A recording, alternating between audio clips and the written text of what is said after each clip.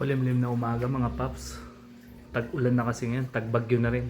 Okay, so dumating na yung in-order natin na ito, na rain visor para dito sa ating Jazz. Nahuli ko pa tong in-order kaysa dun sa may spoiler. Hanggang ngayon spoiler wala pa. So ito siya. Yan, kabit natin ngayon. May tatak siyang Jazz. Sabi yan. Yan o. Okay, so as usual, ito kanina in-alcohol ko na. Meron tayong alcohol dito. Tsaka tissue na ginamit. Yan.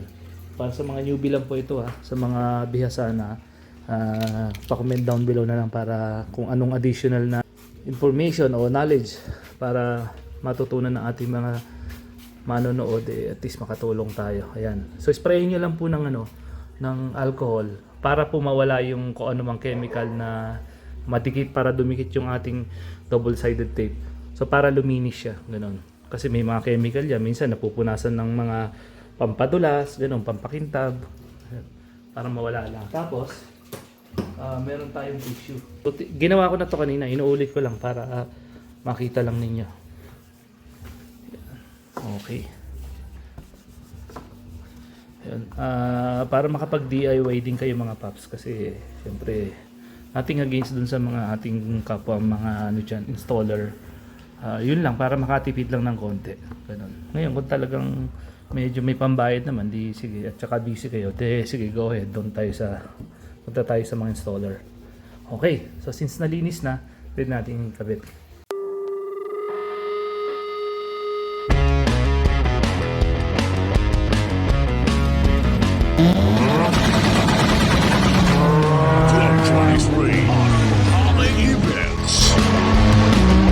Ito yung duming natanggal paps. So imagine kung dinikit nyo yan ng 3M na hindi nilinis, hindi siya kakapit or kakapit man pero eventually matatanggal din dahil kasi marumi.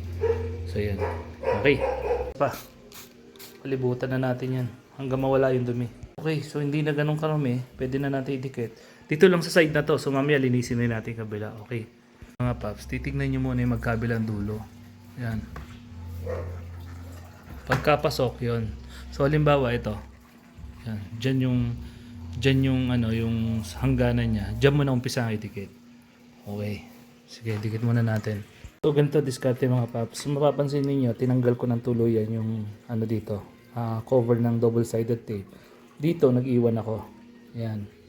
Ganon din dito, nag-iwan ako. So yung dulo lang ang mga nakatanggal. So ganito kasi yan. Didikit ko muna. So ganito kasi yan. Dinikit muna natin tong dulo.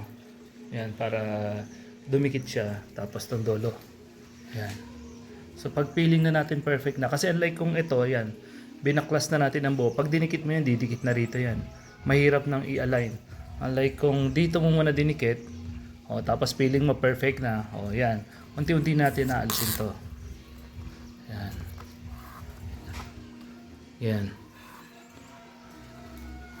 Diba?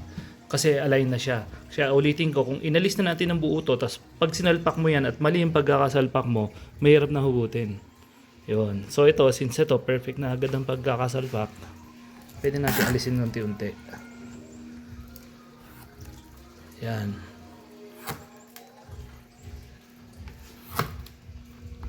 Ayan. Okay. Ayun diba? So ngayon, kukuha tayong basahan para pang ganun dyan. Tayo ng basahan. Ganyan natin. Okay, so yan, nakadikit na siya.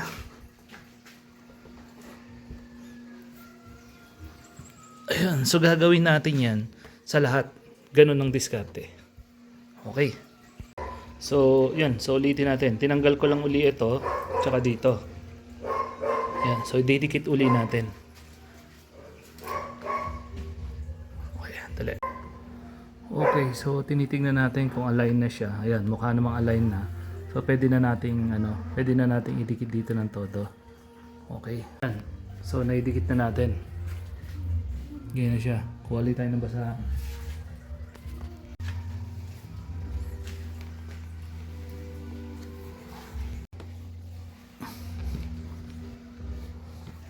Nandito tayo sa kabilang side, nalinis na rin natin. Okay. Alcohol lang yan, paps. Para malinis siya. Didikit talaga yung adhesive niya. Ayan. Ito siya. Marami. So pwede natin dikit. Ito na yung magkabilang dulo, Paps. Dinikit ko na. Ito na yung magkabilang dulo. So mukhang all goods na. So pwede natin alisin unti-unti ito. Yan. Alis. Alis. Yan. Ngayon lang po kasimple mga Paps para makatipid po tayo. 150 rin po ang pag-install niyan. Yan. Panggasolina pa po natin, di ho ba? Ayun oh. Ayun. So dumikit na siya. Almost perfect na. Kuha ulit tayo ng basahan para may dikit ng tuluyan. Okay. Ito nang isa. Last but not the least. Ito. So ito. Ina-align natin sa dulo. Ito na ho yung pinakahuli. So align din naman dito. Yan. Pwede na natin i-drop. Siya. Drop na rin natin to. Tapos unti-unti. Tanggalin natin to. Para bumagsak. Yan o. Okay. Okay. Tanggalin natin buo. Yun o. Tikit na. Patayang basahan ulit. Ayan o. Okay. So yun lang po. Ganun lang po kasimple magkabit mga Paps.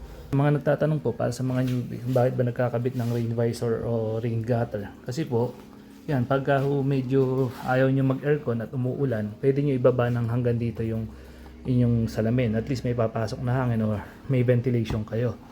Yun. Isa pa, aesthetic na rin, pampaporma, gano'n. Pero may iba ayaw. Ako dati, itong Civic ko, meron yan. May rain visor to. Pero nagsawa ako, inalis ko kasi hindi ko naman masyadong ginagamit. Medyo gusto ko all stock naman. Ganun. Okay. Yan na po itsura ng rain visor niya. Yan, ating gawin po. Like, comment, share, and subscribe, and Papi Power. Gwapo na.